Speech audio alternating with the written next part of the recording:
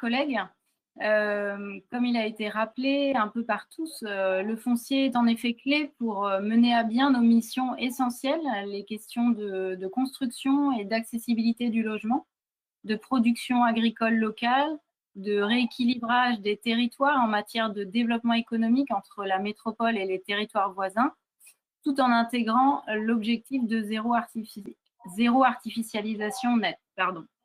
Et surtout, nous en sommes convaincus, nous ne pouvons pas le faire seuls.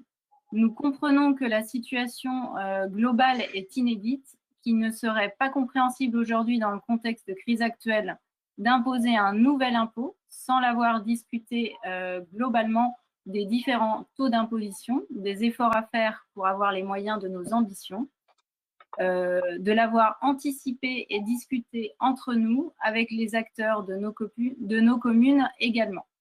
C'est la raison pour laquelle nous nous abstiendrons sur cette délibération, car au-delà de cette crise, nous ne pouvons que regretter aujourd'hui cette délibération qui acte le retrait d'un outil qui est l'AFLA, même s'il est peut-être perfectible.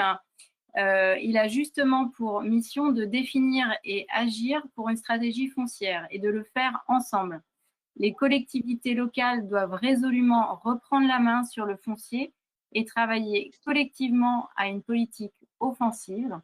Nous regrettons que les différents acteurs n'aient pas pris la mesure de la nécessaire discussion avec toutes les parties prenantes, plutôt qu'un passage en force contre la métropole. On ne connaît pas non plus très bien tous les impacts de cette sortie. Une politique foncière offensive entre les différents EPCI de Loire-Atlantique a aussi peu de sens dans la métropole qu'une politique foncière métropolitaine sans le reste des territoires du département. Il est plus qu'urgent que chacun et chacune prenne la mesure des enjeux devant nous et que malgré ce retrait, nous puissions trouver les moyens contractuels de participer à cet outil foncier dans une période intermédiaire. C'est absolument essentiel pour mener à bien les missions d'intérêt général pour lesquelles nous avons été élus. Donc, les écologistes et citoyens répondront toujours présents pour créer des liens de coopération et développer des outils concrets pour préserver nos biens communs. Je vous remercie pour votre attention. Merci. Robin Salcroix.